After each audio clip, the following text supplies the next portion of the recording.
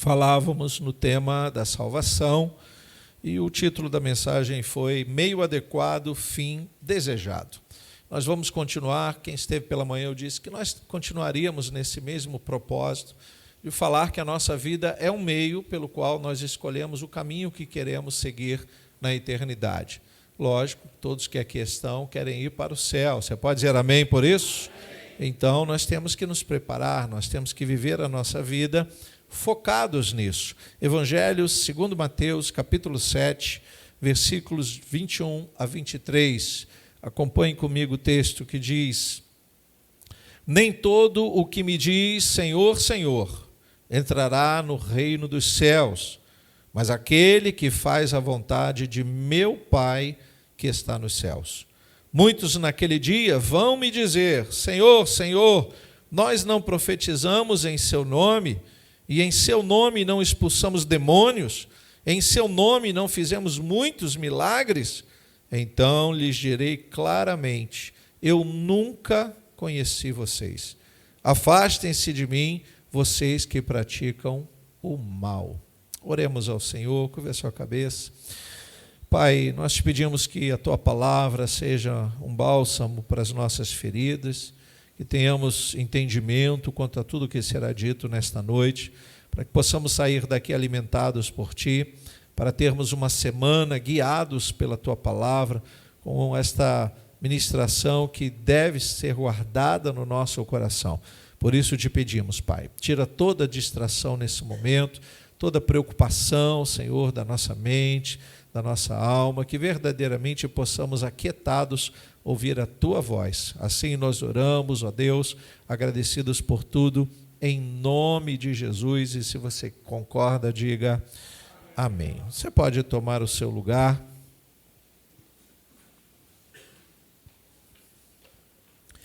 Pela manhã, na primeira parte desta mensagem, nós podemos compreender algumas coisas fundamentais. Se você, porventura, não pôde vir pela manhã, não fique preocupado, né? A gente tem essa questão sempre de explicar que se você perder uma parte, você não vai ficar sem entender, porque são duas mensagens totalmente diferentes. Mas se você quiser acompanhar a primeira parte, você acessa lá o Spotify, que é um streams, né? É um modo de você acessar os áudios da igreja. Procura lá o canal Gama e Prisma, que é o canal da editora da igreja, e você vai ter essa mensagem durante a semana postada. Todas as mensagens da nossa igreja estão lá. Então, você vai acompanhando para você entender o raciocínio. Pela manhã nós falamos sobre as questões que nós devemos nos preocupar, que são as coisas desse mundo que nos atrapalham de seguir a Jesus.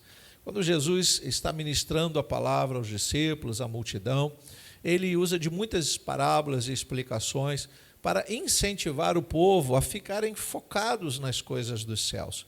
Não diferente, né, daquele tempo, nós hoje estamos muito distraídos. A gente vê o cristão muito distraído com algumas coisas, procurando novidades, curiosidades, muitas vezes entrando em caminhos ocultos, ao invés de serem ministrados pela palavra revelada. Então, na mensagem anterior, nós falamos desse perigo que nós corremos quando não estamos focados. Colocamos a salvação como um alvo que nós precisamos acertar e nos lembramos que sempre relacionamos o pecado com errar o alvo. É quando nós sabemos o que temos que fazer e não fazemos. Eu disse também o quanto muitas pessoas estão nesse momento nas cadeias espirituais, nas sarjetas da vida, porque perderam a oportunidade de se manterem focados no que realmente importa. Por que um crente cai? Por que um vento derruba um cristão? Ah, pastor, porque a luta é muito grande. Olha, se nós somos dirigidos por Deus, a palavra diz que Deus não prova o homem mais do que ele possa suportar. Então, esse vento ou não vem de Deus, mas está sob a permissão de Deus, ou você não está sendo dirigido por Deus. Quando nós saímos, né, desse caminho que devemos trilhar, conhecendo Jesus, buscando Jesus, sendo ministrados pela palavra de Deus, nós não temos por que nos desesperar. A questão é que nós encontramos pessoas que não vivem as suas vidas devidamente focados, né? Estão muito distraídos, conhecem de tudo ao redor, mas a palavra de Deus, o versículo ainda não entrou no coração. Algumas pessoas falam, pastor, eu tenho dificuldade de gravar o versículo. Olha, eu posso dizer a você que eu também tenho. Eu sei que o versículo existe, mas onde está? Então, talvez eu não saiba. Mas o que eu preciso saber é que esta palavra pode ser plantada em mim. É uma semente que Deus lança no meu coração para que eu possa trilhar o bom caminho. E essa semente precisa germinar. O grão precisa cair em terra fértil, morrer para dar fruto. Então, nós vamos acompanhar um pouquinho essa questão dos objetivos, né? Ou melhor, do objetivo que nós devemos ter quando nós temos uma vida realmente ao lado de Cristo. E aí nós dissemos também pela manhã sobre 3 lições importantes, na verdade, 3 situações que nós conhecemos da nossa vida, e a primeira é que a vida é passageira. Você concorda com isso? Você pode dizer amém? Não há nada o que discutir, né? Isso seria chover no molhado e dizer que a vida é passageira. Porém, se ela é passageira, por que nós nos dedicamos muitas vezes mais às coisas passageiras do que às coisas eternas? Talvez alguém diga, porque não conhecemos ainda as coisas eternas. Sim, conhecemos. Não conhecemos com os olhos carnais, não são coisas palpáveis nesse momento. Mas nós conhecemos a palavra de Deus, toda a revelação, todas as promessas estão aqui. Se nós ainda não entendemos a vida eterna, é porque nós estamos ou muito aprisionados com a vida passageira, ou porque não acreditamos na vida eterna. Por isso um crente cai. O segundo ponto é que a morte é uma certeza, e eu corrijo isso dizendo, a partida é uma certeza. Muitos vão dizer que acreditam no arrebatamento, e eu também acredito, mas a possibilidade de eu ser arrebatado é muito menor do que a possibilidade de eu morrer. Então, alguém já disse, olha, a volta de Jesus tem 2 aspectos, né? Ou ele volta e leva a coletividade, a igreja, ou ele tem voltado para muitos. E aí, quando a gente se depara com aquele momento difícil, né, de nossas vidas, a gente muitas vezes ora aqui, intercede, pede a Deus por pessoas, às vezes somos respondidos como queremos, mas às vezes não. Isso não nos frustra. Nosso Deus é o Criador da vida, então nós conhecemos as situações, nós apenas apresentamos a Ele. Mas a partida é uma segunda verdade. E a terceira verdade, e aqui eu começo a ministrar sobre a mensagem de hoje, é a questão que depois do fim das coisas passageiras, começa então a vida eterna, ou a morte eterna. E aí a gente não precisa falar de céu ou inferno para você refletir. Muitos estão desacreditando do inferno, e eu lamento muito, porque independente se, como já me disseram, pastor, vai ter fogo mesmo, ou vai ter enxofre, a única coisa que eu respondo é, se a Bíblia diz, eu creio, mas antes que eu me preocupe se vai ter isso ou aquilo, eu não quero ir lá para experimentar. Eu quero trabalhar na hipótese de eu alcançar o reino dos céus. Eu tenho que estar focado nisso. Ao invés de medo, né? Há muitos provérbios, principalmente árabes, dizendo, olha, se você busca o céu com medo do inferno, você é o mais infeliz dos homens. Você tem que buscar o céu e pronto. Você tem que crer no céu. E olha que é um provérbio árabe. Se nós temos a palavra de Deus que nos mostra, segundo o que Cristo fez, que venceu a morte, se entregou por nós, então nós temos que crer na volta dele, no resgate da igreja, na salvação da nossa alma. Isso nós temos que ter afiado no nosso coração. E aí as 3 lições que falamos pela manhã é que, primeiro, há um alvo, e se há um alvo, nós temos que guardar os mandamentos para que esse alvo seja o foco da nossa vida, a atenção da nossa história. Não é? Pela manhã ministramos sobre aquele jovem rico, e aí ele dizia, olha, eu guardo os mandamentos, mas o que eu posso fazer mais, melhor? E aí Jesus usa a expressão perfeito. Você quer ser perfeito? Ou seja, você quer realmente alcançar a vida eterna? Você precisa abrir mão de algumas coisas. E aí eu expliquei pela manhã que não está se referindo Jesus à riqueza daquele jovem, mas como ele está apegado às coisas passageiras. Então, caminhando um pouquinho mais, a gente falou da segunda lição, o do quanto nós devemos nos manter focados no alvo. E eu dei aquele exemplo do arqueiro, né, que está preparando a sua Olimpíada, está para fazer alguma prova esportiva, desportiva, o que ele precisa? Ele precisa olhar para o alvo e dizer, eu quero acertar, eu não quero errar, eu não estou aqui brincando, a minha vida não é uma coisa para eu me distrair, não, é única. Segundo Hebreus capítulo 9, versículo 27, ao homem está destinado morrer uma só vez, vindo depois disso o juízo. Então eu não posso arriscar a minha vida, eu tenho que me manter centrado. E a terceira lição é que essa concentração não diz respeito só ao momento em que nós vamos lançar a flecha. Algumas pessoas deixam para o final, né? Se você quer ganhar a sua Olimpíada da vida, você não pode se preparar um dia antes. As pessoas se preparam para ganhar um prêmio corruptível, ouro, prata, bronze, essas coisas, anos a fundo, anos se dedicando à alimentação, cuidados. Então, quando alguém diz, pastor, eu não consegui vir ao culto pela manhã porque eu dormi demais, o que eu posso dizer? O seu alvo está desfocado. Ah, pastor, eu planejei ir à noite ao culto, mas aconteceram algumas coisas. Sim, nós somos impedidos de muitas formas, mas eu não posso ser vencido por mim mesmo. Eu posso ser vencido por uma doença, isso não me pertence, mas ela está em mim, então eu não venho ao culto. Não é? Quando chega parente na minha casa, eu posso ser vencido por eles? Não, eu tenho que convidá-los para vir à igreja. E se eles disserem, puxa, mas eu vim de longe, eu vim dirigir 100 quilômetros para te ver, eu amo te ver, mas você chegou na hora errada. Primeiro, o meu Deus, depois você. Ai, pastor, mas isso é muito radical. Não, não é radical. Isso é uma vida de alguém que está centrado, sabe que precisa ouvir a palavra, precisa estar ligado à comunhão. Isso tem se perdido um pouco com o tempo, né? Por isso que a gente vê muitos crentes oscilando. Então, para a gente encerrar a questão da manhã, a moral da história é, se eu não viver o meio, a minha vida, de modo adequado, eu não vou alcançar o fim desejado. É por isso que Jesus diz, olha, nem todo aquele que disser Senhor, Senhor, vai alcançar a vida eterna. E aí a gente vai entender um pouquinho mais, porque Jesus já está advertindo, antes dele dizer essa palavra, sobre os perigos da vida. Se você ler comigo aí mesmo, no capítulo 7 do Evangelho segundo Mateus, o versículo 15, veja quando ele diz assim, um pouquinho antes, você vê que é um texto um pouquinho antes da palavra da entrada no reino dos céus, ele fala sobre os perigos da vida. Ele diz, há 2000 anos atrás, cuidado com os falsos profetas que se apresentam a vocês disfarçado de ovelhas, mas por dentro são lobos vorazes.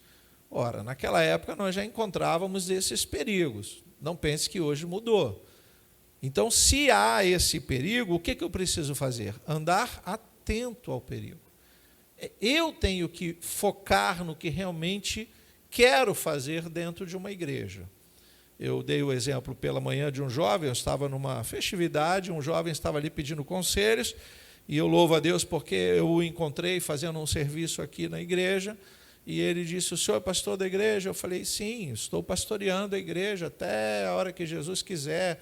E ele ficou abismado, que eu estava carregando peso, ajudando a fazer a obra. E eu disse, e você? Você está em que igreja? Ele, não sou de igreja nenhuma, eu visito. E aí eu aproveitei, lógico, né? O serviço parou, eu falei de Jesus para ele. Agora, meses depois, me reencontro, quase, acho que mais de um ano que ele esteve aqui. Ele está batizado, está caminhando numa igreja, falou das experiências, mas falou de uma preocupação. Ele começou a relatar, não conheço a igreja que ele está, ele começou a relatar algumas coisas e eu realmente fiquei preocupado. Se ele está incomodado sendo um novo convertido, eu, logicamente, com alguma experiência já numa caminhada cristã, eu também fiquei preocupado. Mas lógico que eu não podia aconselhá-lo e nem julgar a igreja. Eu só disse para ele, rapaz, você tem que ter comunhão com Deus. O que você quer de uma igreja? O que você faz dentro de uma igreja? O que tira você do Netflix domingo à noite? Faz você sair de casa no frio, debaixo de chuva? Estou falando do crente fiel, tá, irmãos? Não é o crente que olha o tempo, se tiver nuvem ele vem, se tiver sol forte ele não vem, se tiver chuva ele não vem. Né? Não, estou falando do crente fiel, que está focado, que quer estar na comunhão da igreja. Ele tem que saber o que faz, o que leva ele a sair de casa para ouvir uma ministração. Afinal de contas, você pode ouvir no Spotify pastor Jarbas pregando na sua casa, com o seu pezinho na mesa de centro, tomando uma Coca-Cola, não é? Comendo um biscoitinho, é diferente, é melhor do que estar na igreja. Não, não é melhor.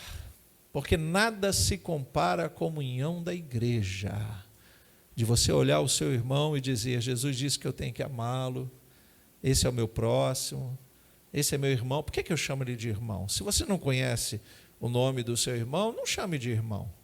Irmão e irmã se conhecem, não é? E se conhecem como família de fé, logicamente. Você, pelo menos, tem que saber o nome do seu irmão, cumprimentá-lo, a paz de Cristo ao seu coração, meu irmão, pergunte o nome. E a partir daí nós formamos uma família, uma comunhão. Eu acho esse evangeliquez, né, esse dicionário do evangelho, um tanto quanto perigoso. A gente encontra as pessoas na rua e lembra dele de alguma igreja e diz, olá, irmão, te amo, hein? Tamo junto. Você sabe o nome dele? Não. Você está preocupado se ele não veio mais à igreja? Eu nem lembro. Quanto tempo faz que ele não vem? Então, para mim, isso não representa uma verdade. A verdade deve ser expressada no nosso dia a dia, no nosso relacionamento. Então, ser igreja envolve isso, tá bom? A gente tem que estar atento a isso. Isso é muito importante. Aí, Jesus fala sobre esse perigo. E veja que ele está falando do perigo de 2000 anos atrás, que hoje nós continuamos enfrentando. Quando ele fala dos falsos mestres, eu disse isso para o jovem ontem, né? Essa mensagem já estava no meu coração. Eu disse para ele, rapaz, quais são os frutos daquele ministério? Eu não conheço o ministério, não conheço o pastor, não acompanho você para saber se você está apenas arrumando uma desculpa para não ir para a igreja, né? Um novo convertido, ou ele é muito crente e evangeliza todo mundo, toda hora, o tempo todo, quase fanático, ou ele começa a encontrar desculpa para não ir para o culto. E aí eu perguntei logo para ele, você é a igreja lá ou você apenas assiste o culto? Ele, não, eu tenho ido às vezes, então você não é igreja ainda. Se você é a igreja, você vai entender sobre a igreja. Mas o que Jesus nos diz no versículo 16? Pelos seus frutos, vocês os conhecerão. Conhecer quem? Os falsos mestres. Por acaso se colhem uvas de espinheiros ou figos de ervas daninhas? Assim toda árvore boa, ele está se referindo aos falsos mestres, tá? Toda árvore boa produz frutos bons, porém a árvore má produz frutos maus. A árvore boa não pode produzir frutos maus. Não pode. A árvore má não pode produzir frutos bons. Quem está falando isso é Jesus, queridos. Toda árvore que não produz bom fruto é cortada e jogada no fogo. Assim, pois, pelos seus frutos, vocês os conhecerão. Aí, eu, ao invés de criticar a igreja que ele estava, eu critiquei ele. E disse, você tem ido o suficiente para observar os frutos daquele ministério? Porque não existe igreja perfeita. Não existe. Eu gosto mais dessa. Daqui a pouco você já não gosta mais dessa, gosta mais daquela. Daqui a pouco você não gosta nem dessa, nem daquela e talvez não goste de nenhuma mais. Então não existe perfeição em igreja alguma. E eu disse para ele, você só pode observar se os frutos são bons ou maus se você for igreja. Se você colocar a mão no arado. Talvez você esteja criticando lá o pastor, mas você não sabe o quanto ele paga, o preço que ele paga, o quanto ele enfrenta as dificuldades. Então, antes que a gente julgue, você deveria colocar-se no lugar dele. Se você fosse pastor daquela igreja, eu sei que você vai dizer que faria muita coisa diferente, todos nós pensamos assim, mas quais seriam os frutos que você daria? A questão está aqui. Nós precisamos estar atentos à nossa eternidade. Eu disse para ele, você deve estar numa igreja, não porque você tem amigos, mas porque você tem um alimento.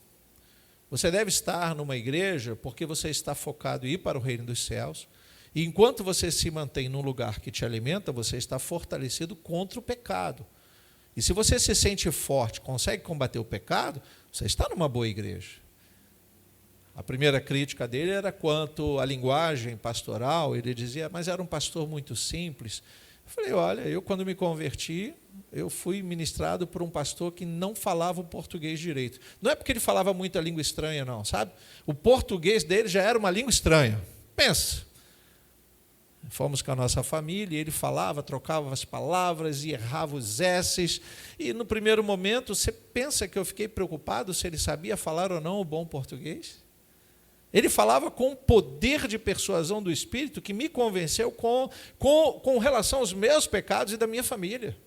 Ele conseguiu ser usado por Deus para dizer, você vai para o inferno se continuar assim. E aquilo foi um choque para a minha vida, porque eu passei a não olhar para o homem, passei a não olhar para o português dele, mas olhar os frutos. Eu e a minha casa estavam servindo ao Senhor naquele lugar. Eu olhei ao redor e tinha um amigo do meu trabalho também, todo torto, que estava indo com a família dele, nós fomos batizados juntos. Frutos ministeriais. Logicamente, se eu tivesse que reparar em algum erro daquele pastor, eu teria que caminhar um pouco mais com ele. Se ele fizesse algo errado, eu diria, opa, não posso acompanhar este homem, não posso acompanhar esse ministério. Isso está acontecendo de ruim. Então, a gente só pode lançar esse julgamento, e devemos fazer isso preocupados, porque nós temos uma salvação a zelar.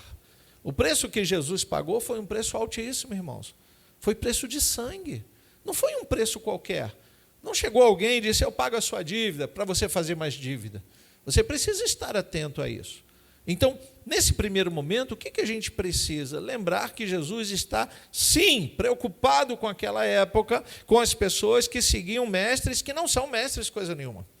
E aí, ainda pegando o gancho do exemplo, eu perguntei ao jovem se eu não daria o nome dele, nem a igreja, nem lembro o nome da igreja, mas eu posso usar seu exemplo amanhã, porque eu vou pregar sobre isso. E ele disse, pode, pastor.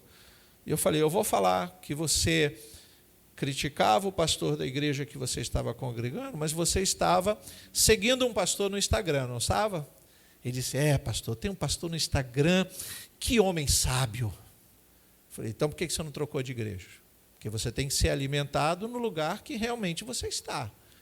Gera espírito de confusão. Eu estou daqui, eu dizimo aqui, eu venho aqui, mas eu gosto de ouvir a palavra desse aqui, então vai para lá. Muda. Pastor, mas é em outro estado. Eu falei, o perigo não é esse. O perigo é que esse aqui você consegue olhar os frutos e esse aqui você não olha. Pastor da rede social, não dá para ver fruto. Fruto não é igreja cheia, pelo amor de Deus, né? Você não pensa assim, você é um crente amadurecido. A igreja cheia é uma consequência de uma administração. Se é boa ou ruim, eu não sei, porque se eu quero ter uma igreja cheia, eu começo a contratar cantores. E isso lota a igreja. E você chega aqui e uau, o lugar está pequeno, pastor, que coisa maravilhosa. Qual foi a palavra ministrada? Chocou?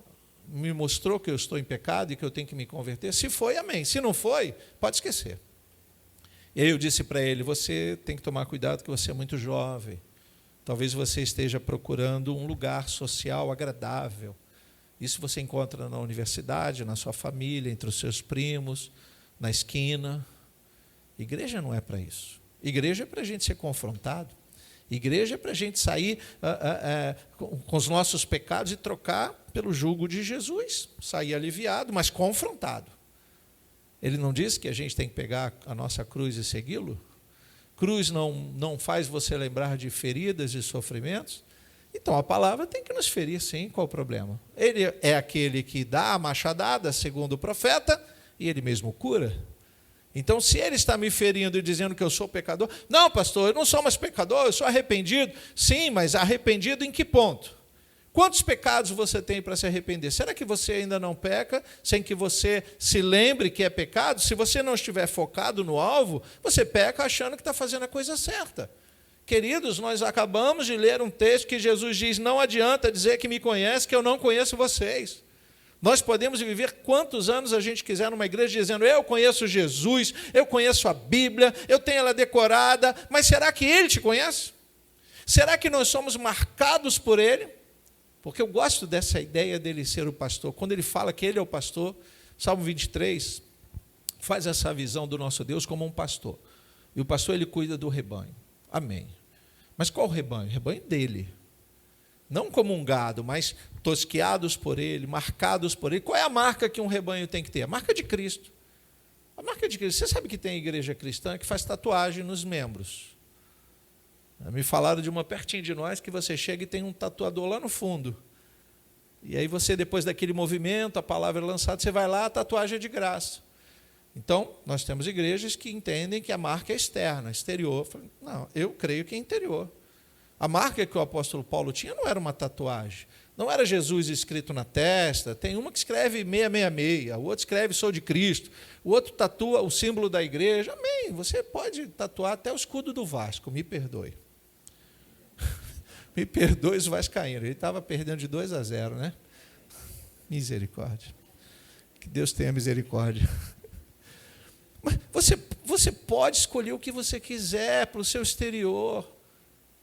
Cuidado, algumas coisas não valem a pena. Mas vamos deixar isso para um outro culto. A marca que nós devemos ter é uma marca interior que Ele nos conheça. Eu gosto de pensar quando Caim cometeu aquele primeiro homicídio e Deus marcou ele, né? Independente do que você pense sobre essa marca, ele saiu por aí dizendo, mas meu Deus, as pessoas vão saber da minha história e vão me matar. E Deus falou para ele, não, eu marquei você. Eu vou vingar 7 vezes mais. Então, essa marca é para as pessoas lembrarem que você deve contas a mim e não às pessoas.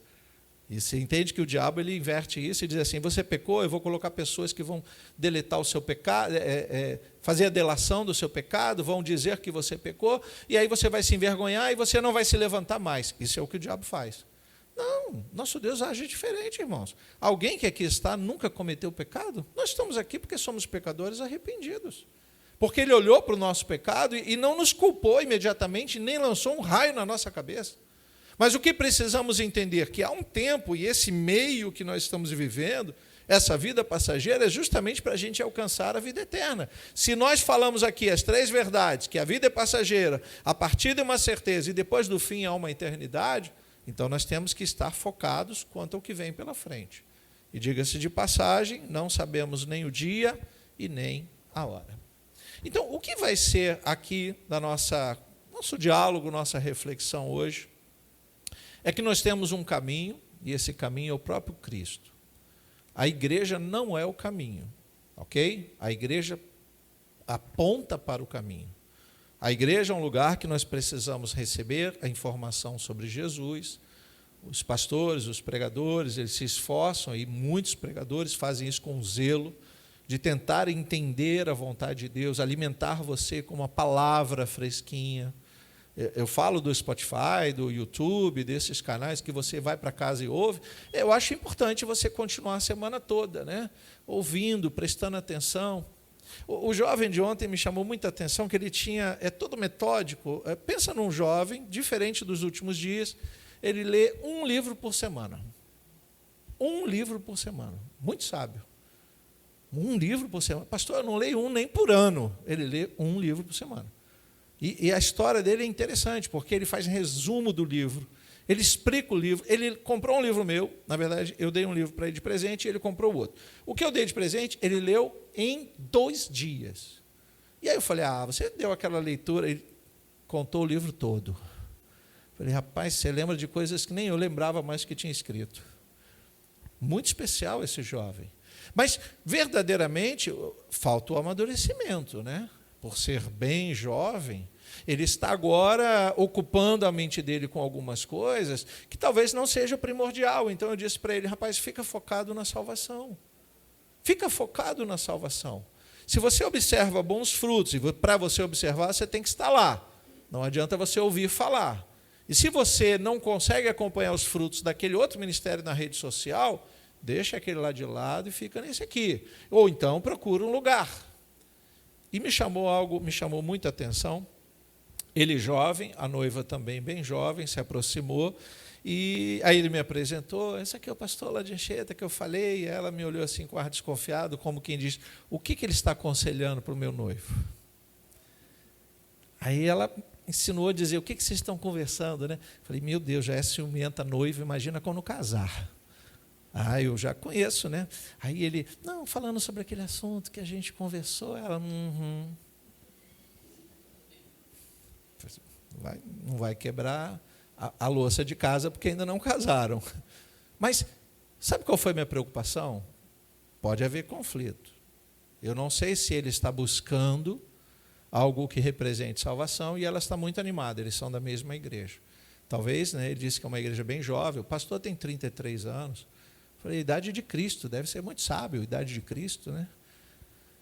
Mas 33 anos para mim é muito jovem. E aí a gente vai olhando essas coisas, eu digo assim, bom, eu não posso julgar a sua igreja, querido. Eu posso fazer uma análise falha. Não, esqueça a igreja, eu estou mais preocupado com você. Se você absorver o que está sendo pregado, independente se há erros de português, etc., você só não pode ver frutos maus, frutos estragados. Então, cuidado com essas coisas. O próprio Senhor Jesus já havia dado esse tipo de conselho. E aí ele sinaliza, ao mesmo tempo que ele fala dos falsos mestres, ele arremete a pensarmos sobre ele como mestre. Ele não está apontando aqui para quem o povo deve seguir, a não ser ele mesmo. Buscar conhecer o Pai, eu e o Pai somos um, são ensinamentos que apontam para Ele. Eu não posso jamais lançar uma palavra que aponte para mim ou qualquer outro pastor ou qualquer outro ministério. A minha preocupação, e com certeza a intenção de Deus da gente refletir sobre isso, é você estar seguindo Jesus. Se essa igreja tem uma plaquinha que aponta para Jesus, então siga Jesus. Você não está seguindo a igreja, nem o pastor Jarbas, até porque essa história de ter seguidores é muito complexo, né? Eu vi um menino lá que morreu, que era DJ, que tinha milhões de seguidores. Eu falei, gente, não tem nem 50 pessoas me seguindo da minha igreja, que dirá. Então, o que eu tenho que fazer para ter seguidor? Vou fazer funk, vou dançar, vou botar cordãozão de pescoço. Aí, não, irmão, siga Jesus. Se Ele é o mapa da sua vida, se Ele é o GPS da sua vida, se Ele é o teu guia, você está no caminho certo. Você pode dizer amém? Então, vamos partir aqui para 3 lições. Eu vou voltar lá, aqui mesmo no capítulo 7, versículo 21, quando ele diz, nem todo o que me diz Senhor, Senhor, entrará no reino dos céus, mas aquele que faz a vontade do meu Pai que está nos céus. Ora, vamos tirar aqui 3 lições importantes. Primeiro, não adianta apenas um grau de intimidade com Deus. Isso é uma vida com Cristo, né? Você pode subir um monte, você pode botar o óleo sobre a sua cabeça, você pode jejuar, você pode orar, deve fazer muitas dessas coisas. Muitas dessas não têm efeito nenhum, mas não adianta você achar que é só um grau de intimidade. Aí em Mateus capítulo 12, se você for mais à frente um pouquinho, você vai ver no capítulo 12, versículo 46, que essa questão da proximidade com Jesus é meio complexa, tá? Ai, não, eu e Jesus, eu falo, Deus me ouve. Calma, querido, vamos devagar. Mateus 12, versículo 46. Enquanto Jesus falava ainda ao povo, eis que a mãe e os irmãos dele estavam do lado de fora, procurando falar com ele. Quem está do lado de fora tentando falar com Jesus? A família de sangue de Jesus. Eu duvido. A gente está aqui nessa administração, se um diácono entrar e falar, irmão, sua mãe está ali fora querendo falar com você. Você levanta e na mesma hora vai atendê-la. Lógico, você tem que cuidar da sua família de sangue. Aqui depois você ouve o culto pela mensagem gravada, mas por que Jesus não parou o que estava fazendo para atender a mãe e os irmãos? Versículo 47. Alguém lhe disse, a sua mãe e seus irmãos estão lá fora e querem falar com o Senhor. Porém, Jesus respondeu ao que lhe trouxe o aviso. Quem é a minha mãe e quem são os meus irmãos? E estendendo a mão para os discípulos, não era para a multidão, para os discípulos, eis minha mãe e meus irmãos. Porque aqui estamos falando de grau de intimidade, família. Ele abre mão dessa intimidade familiar para dizer que ali a missão dele era mais importante. Então eu vou trazer isso para a nossa vida no contexto que estamos falando. Se nós temos o foco e a missão de sermos salvos, individualmente falando, nós temos que priorizar isso. Nós temos que estar focados na nossa salvação, de tal maneira que quando identificamos algo que desagrada a Deus, a gente vai dizer, não quero isso para a minha vida. Mas isso é o que todos estão fazendo, mas eu não quero, eu não faço parte do todo. Eu sou alguém especial, eu fui comprado pelo sangue de Cristo. Isso é se manter focado. Isso aqui vai ser bom. Quem disse? Eu vou consultar a palavra de Deus. Se a palavra de Deus disser que vai ser bom, eu vou. E olha que a Bíblia trata de todos os assuntos possíveis de modos diferentes. Não tem coisas aqui. Irmãos, olha, em pouco tempo, eu sou um pastor jovem, sabe?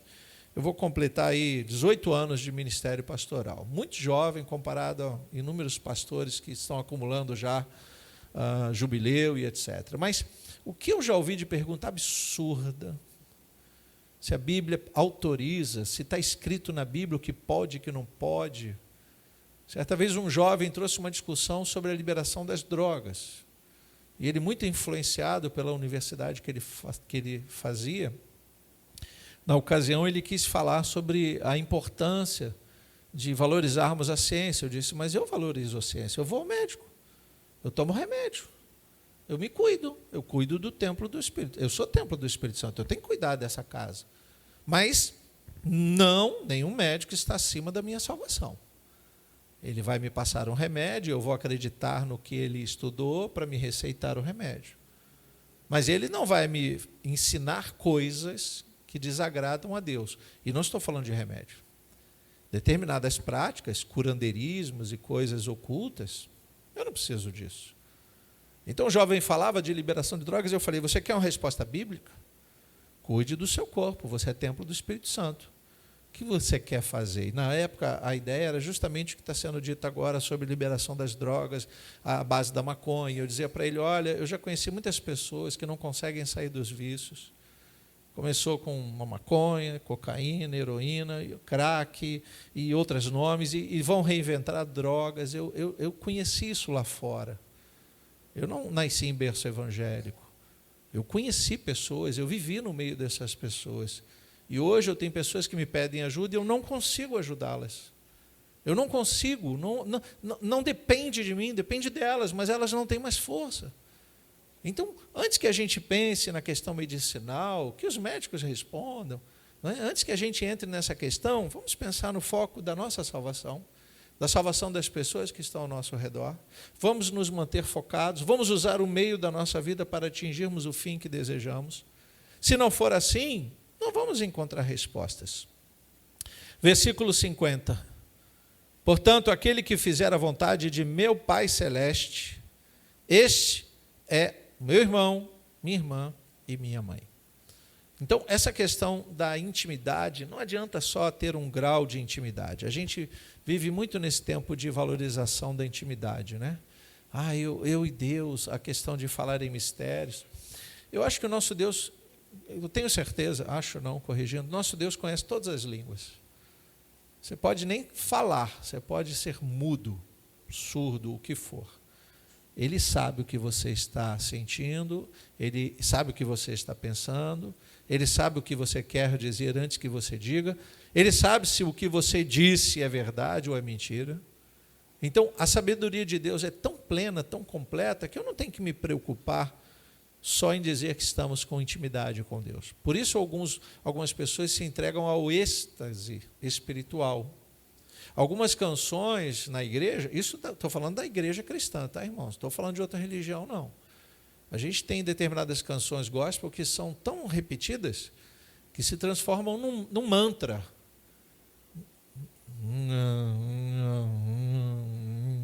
A música é uma onda, né? E dependendo da onda que a gente entra, a gente é conduzido por ela.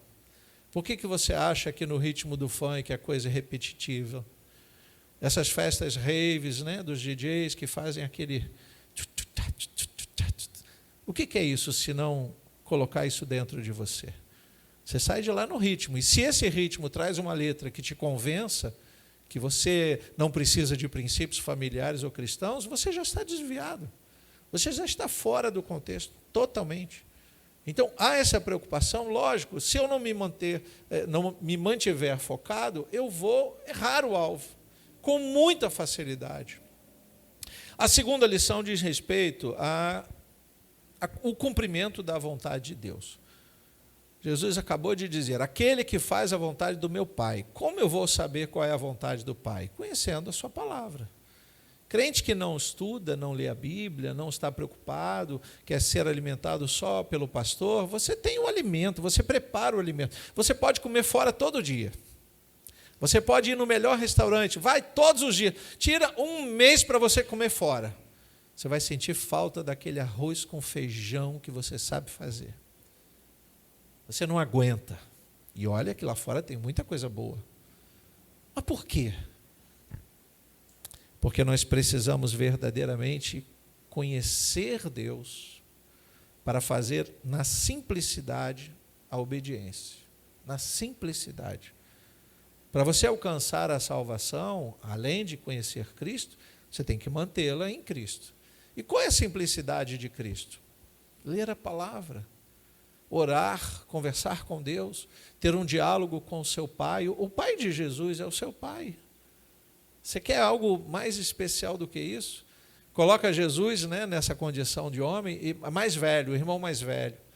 Então, cuidado com essa questão da intimidade ou do conhecimento que você diz ter, você precisa ter. Nosso Deus tem uma peneira que funciona como uma prova, um crivo, né? E quando a gente lê o contexto bíblico que diz que no céu não vai entrar nenhum tipo de pecado, então, irmão, se prepara para acertar o alvo. Você não pode errar. Você pode dizer amém? E a terceira lição diz para não nos esquecermos do lugar da habitação de Deus. Aí eu quero ler um texto que se encontra Mateus capítulo 12, versículo 47. Aí mesmo, Mateus capítulo 12, versículo 47. Perdão, esse texto foi o que a gente acabou de ler. Evangelho segundo João, capítulo 6, sim, agora aqui. Evangelho segundo João, capítulo 6, versículo 32. Jesus lhes disse, em verdade lhes digo, que não foi Moisés quem deu o pão do céu para vocês. Quem era Moisés? Um líder, um mestre. E a gente lendo a história de Moisés, nós sabemos que Moisés não era perfeito, tá?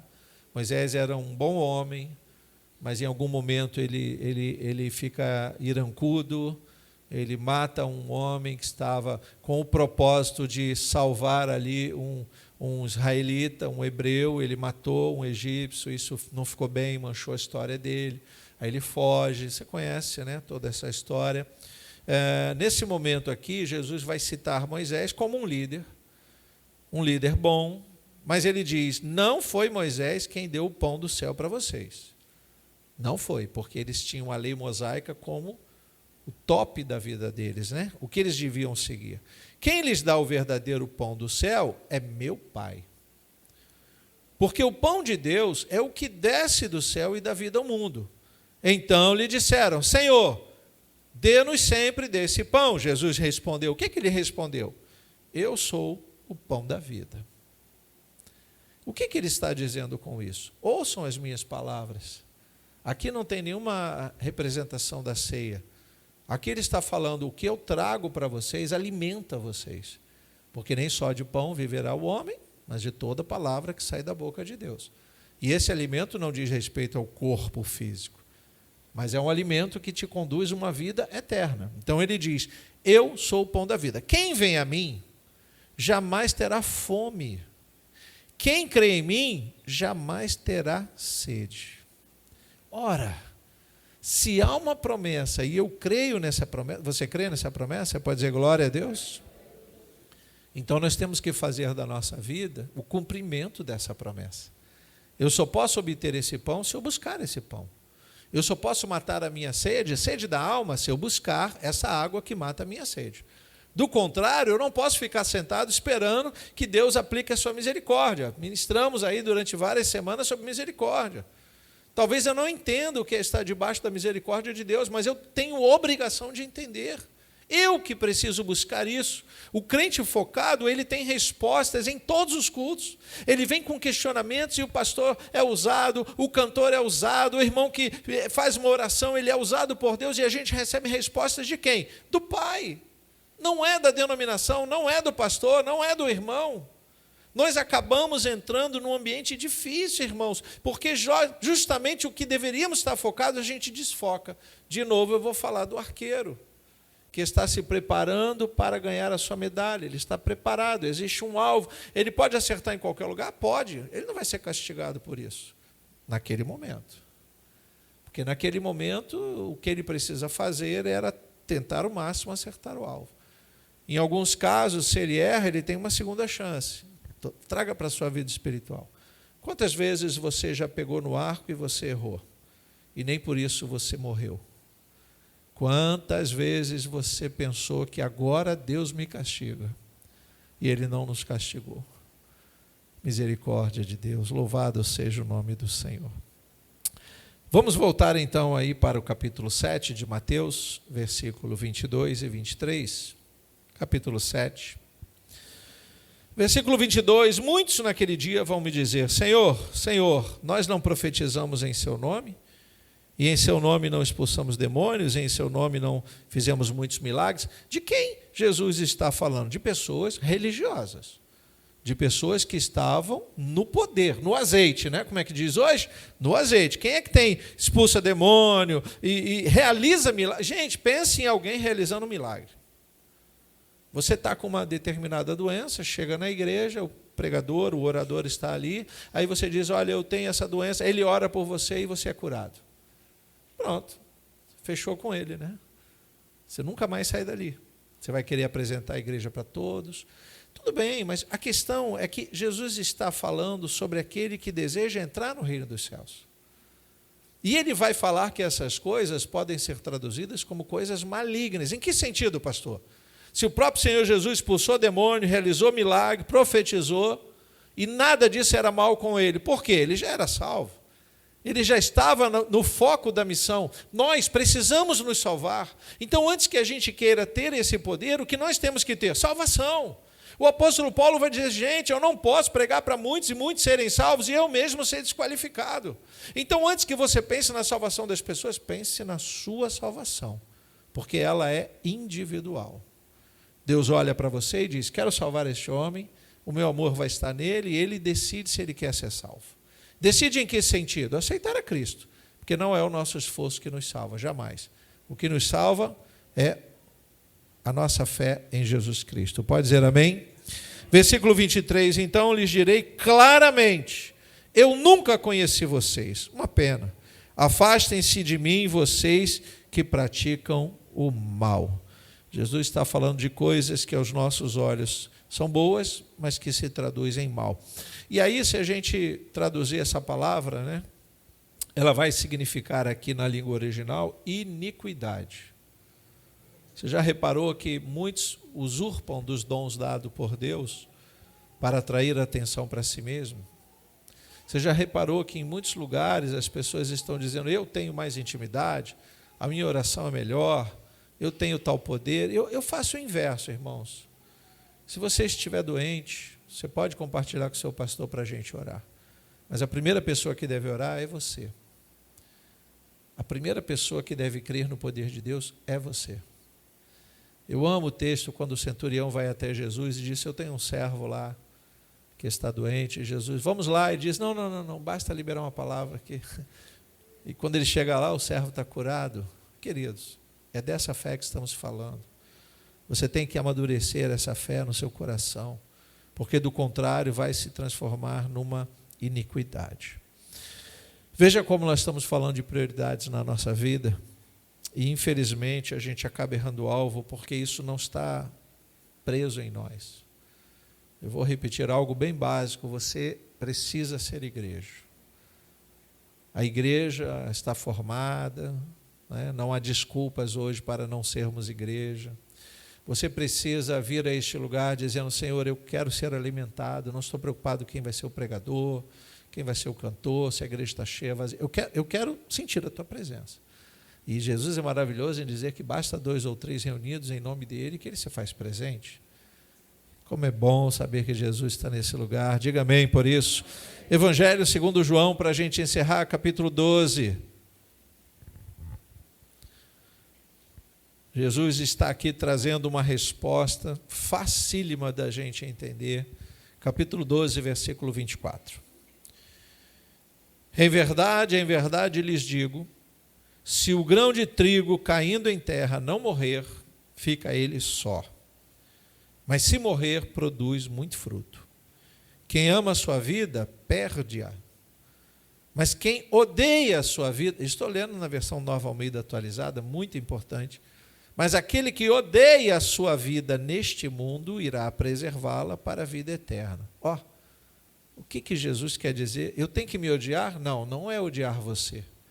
É odiar a vida que você está levando quando você encontra coisas que desagradam a Deus. Odeie a sua vida. Odeie. Pela manhã eu falei assim, coloca espelho na casa toda, no chão, no teto, dos lados, e começa a olhar e ver você em tudo.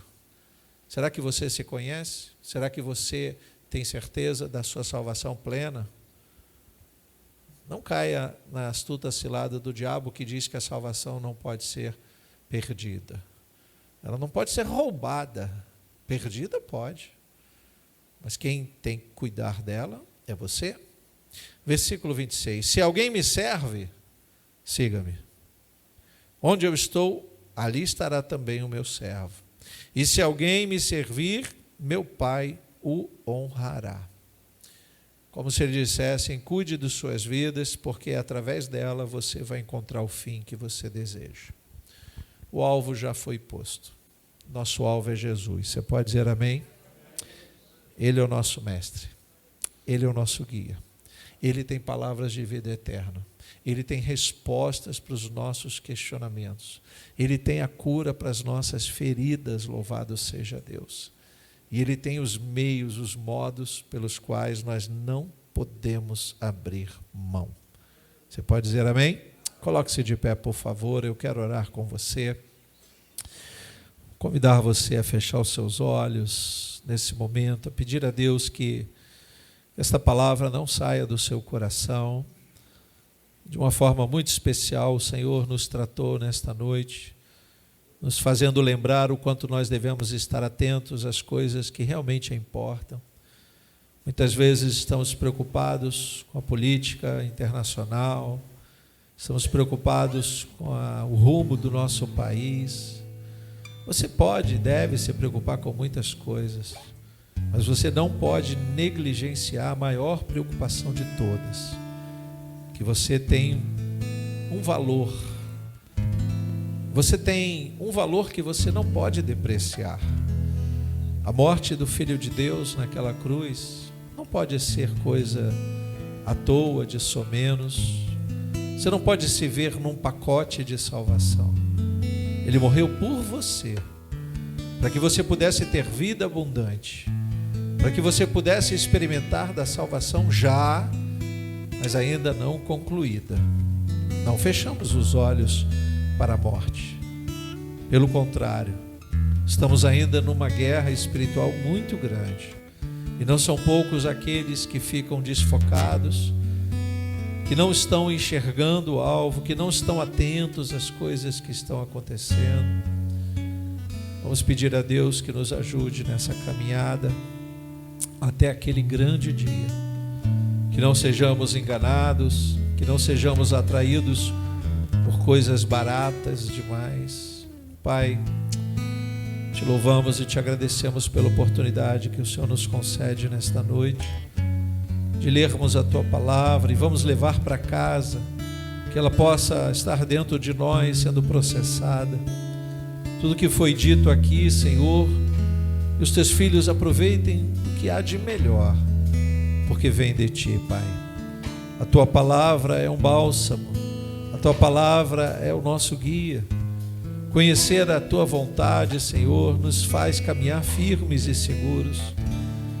Se queremos que o Salmo 91 faça efeito na nossa vida, quando amamos dizer que nós estaremos firmes mesmo em meio às lutas, que caiam 1000 ao nosso lado e 10.000 à nossa direita, isso só se aplica àqueles que estão olhando para o alto e não se desviam nem para a direita nem para a esquerda. Se desviarmos para um lado e para o outro, também cairemos. Se não ficarmos atentos, também desfaleceremos.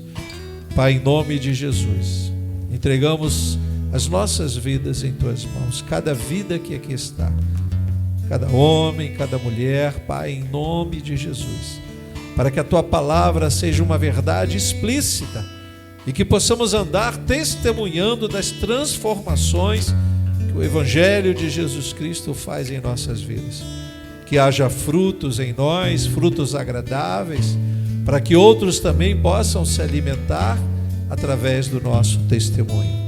Muito obrigado por esta noite, Pai. Em nome de Jesus nós oramos. Amém e amém. Vamos cantar uma canção e nos despedir.